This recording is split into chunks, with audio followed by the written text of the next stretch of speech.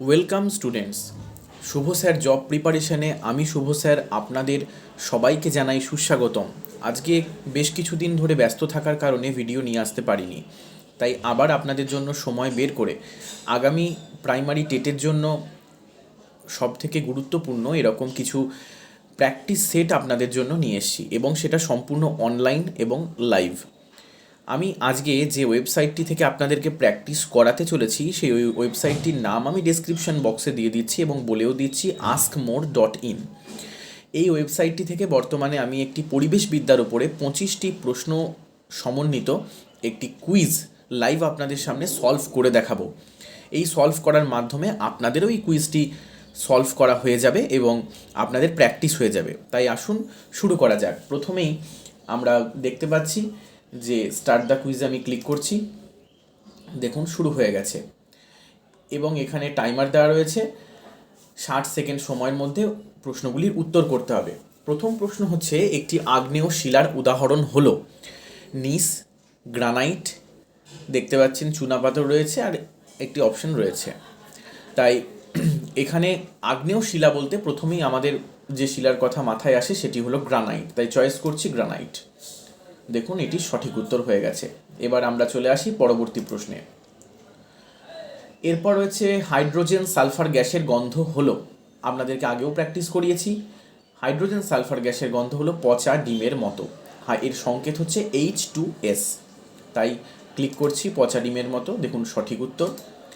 Next, এরপর হচ্ছে স্যালিনাইজেশন কি, এটিও আমি আমার একটি আগের ভিডিওতে একটি লাইনের মধ্যে ব্যাখ্যা করেছিলাম। স্যালিনাইজেশন হলো মাটিতে লবণের যে জমে থাকা, মানে মাটিতে যে নোনতা ভাব, সেই ভাবটিকে বলা হয়, অর্থাৎ মাটিতে লবণের জমে থাকা। ক্লিক করছি, দেখি হ্যাঁ এটিও সঠিক উত্তর। এরপর আমরা নেক্সট কোশ্চেনে চলে আসছি, বায়ুমণ্ডলে কোন গ্যাসের পরিমাণ সব থেকে বেশি? কী কী রয়েছে দেখি।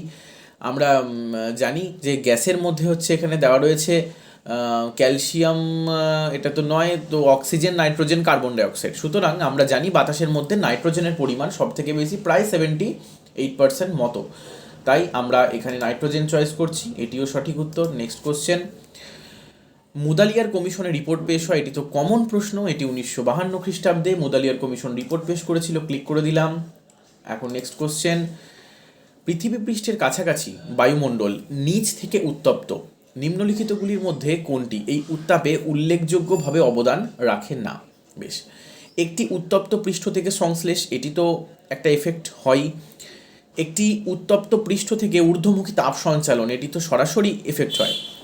পৃষ্ঠ থেকে বিকিরণ করা হয়েছে যে ইনফ্রারেড রশ্মি শোষণ, এটিও এফেক্টেড হয়। পৃথিবীর অভ্যন্তর থেকে তাপশক্তি, পৃথিবীর অভ্যন্তরের জিনিস অবশ্যই পৃথিবী পৃষ্ঠের উপরিভাগের কোনো জিনিসের উপর এফেক্ট করে না, তাই এটি হচ্ছে উত্তর। দেখি চয়েস করে, হ্যাঁ এটি সঠিক উত্তর। এরপর হলো বিষ্ণুই আন্দোলনে কতজন শহীদ হন, এটিও আমি বর্ণনা করেছিলাম, এটি কমন কোশ্চেন, 363। নেক্সট কোশ্চেন, বায়ুমণ্ডলে অক্সিজেনের পরিমাণ কত? আমরা জানি 21% মতো সামথিং এরকম মানে ছিল, তো এখানে 20.06% দেওয়া রয়েছে। 24% হবে না এতটা বেশি, আবার 12%ও হবে না, তাই 20.06%। নেক্সট কোশ্চেন, ভিটামিন বি এর অভাবে হয় স্কারভি। আমরা জানি স্কারভি হচ্ছে মুখ সংক্রান্ত, দাঁত মাড়ি সংক্রান্ত ভিটামিন সি। রাতকানা ভিটামিন এ অর্থাৎ রেটিনল সংক্রান্ত। আর ভিটামিন বি এর অভাবে হয় বেরিবেরি, চয়েস করলাম। নেক্সট কোশ্চেন, শরীরের জ্বালানি হলো খাদ্য, জল, শরীরচর্চা, কোনোটি নয়। খুব সিম্পল কোশ্চেন, খাদ্য। নেক্সট, পরিবেশের স্থূল উপাদান কোনটি? জীব ও জড়, উদ্ভিদ, শুধু জীব, উপরে সবগুলি, আমরা জানি যে সবগুলি।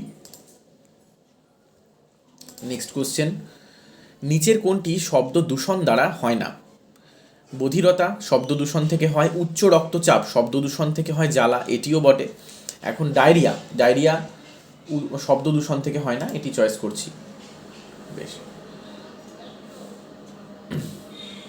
নেক্সট কোশ্চেন, কোমর থেকে হাঁটু পর্যন্ত হাড়ের নাম, অর্থাৎ এই কোমর থেকে হাঁটু পর্যন্ত সব থেকে এই হাড়টাই বড় এবং মানব দেহের মধ্যে সব থেকে বড় হাড়, এর নাম আমরা আন্দাজ করতে পারছি, ফিমার।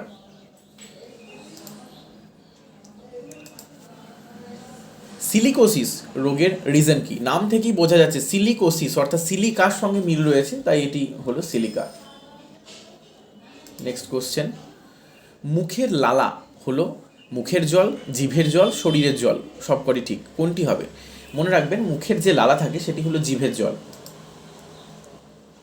নেক্সট কোশ্চেন, ঝুমুর নাচ কোথায় দেখা যায়? ঝুমুর মেদিনীপুরে দেখা যায়, বীরভূমেও দেখা যায়, বাঁকুড়াতেও দেখা যায়, তাই এখানে উপরের সব জেলাগুলিতেই হবে উত্তর। একটি রূপান্তরিত শিলার উদাহরণ কি? রূপান্তরিত শিলা, আমরা জানি রূপান্তরিত শিলা হলো নিস, কারণ এই গ্রানাইট থেকেই নিস তৈরি হয়, তাই রূপান্তরিত শিলা হচ্ছে নিস। সাইলেন্ট ভ্যালি কোন রাজ্যে অবস্থিত? এটিও কমন কোশ্চেন, তাই এটি বিশদে যাচ্ছি না। এটি হলো কেরালা সাইলেন্ট ভ্যালি, কারণ আমাদের এখন যতটা তাড়াতাড়ি সম্ভব, যত বেশি সম্ভব প্র্যাকটিস করতে পারবো, ততই আমাদের পক্ষে পরীক্ষার জন্য উপকার হবে। নেক্সট কোশ্চেন, ভূপৃষ্ঠের কত পার্সেন্ট জলভাগ? আমরা জানি যে প্রায় 70% মতো জলভাগ থাকে, তাই 71%, 71.04% কাছাকাছি অ্যান্সার যাচ্ছে, এটি আমরা নেব। মিশিগান লেকের পেলিকানে জমা হওয়া পদার্থটির নাম রাখুন যার ফলে তাদের ডিমের পাতলা শাঁস তৈরি হয়েছিল। এটি আমরা আগে একটা ভিডিওতে জাস্ট একটা লাইনে বলেছিলাম যে মিশিগান লেকের পেলিকানে জমা হয়েছিল ডিডিটি অর্থাৎ ডাইক্লোরো ডাইফিনাইল ট্রাইক্লোরোইথেন, তাই সঠিক উত্তর হচ্ছে ডিডিটি।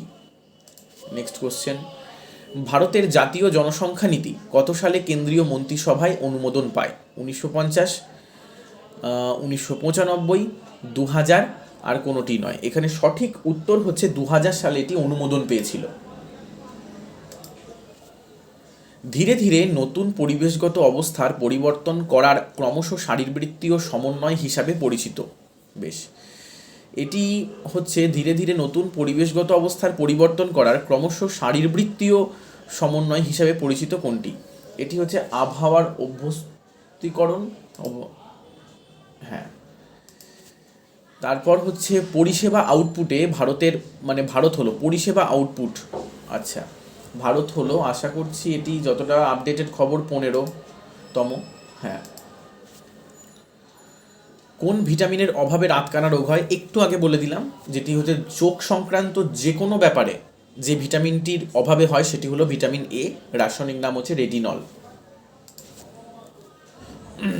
নেক্সট কোশ্চেন, প্রাথমিক স্তরে যে আমাদের পরিবেশ পাঠ্যপুস্তকটি রচিত হয়েছে তা মাতৃভাষার অবিচ্ছেদ্য অঙ্গ, নাকি ইতিহাস ও ভূগোল বিজ্ঞানের অবিচ্ছেদ্য অঙ্গ, নাকি মাতৃভাষা গণিতের অবিচ্ছেদ্য অঙ্গ, নাকি উপরে সবকটি ঠিক? আমাদের পরিবেশ যেটা রচিত হয়েছে সেটি হচ্ছে প্রাথমিক স্তরে, এটি হচ্ছে মাতৃভাষা ও গণিতের অবিচ্ছেদ্য অংশ বা অঙ্গ। এখন আমাদের সবকটি কোশ্চেনের অ্যান্সার করে ফেলেছি, এখন দেখি কত রেজাল্ট হচ্ছে। দেখুন রেজাল্ট এখানে সবগুলোই ঠিক আছে, অর্থাৎ আপনাদের আমি যে সবকটি কোশ্চেনের অ্যান্সার যে করিয়ে দিলাম এটি সবকটি ঠিক আছে। তাই স্টুডেন্টস, আশা করছি আজকের সেশন ভালো লাগলো।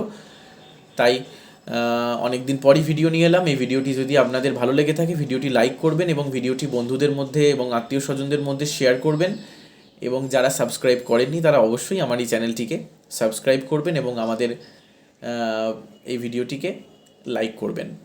সবাই ভালো থাকবেন, সুস্থ থাকবেন, দেখা হচ্ছে এইরকমই নেক্সট আকর্ষণীয় ভিডিওতে। Thank you.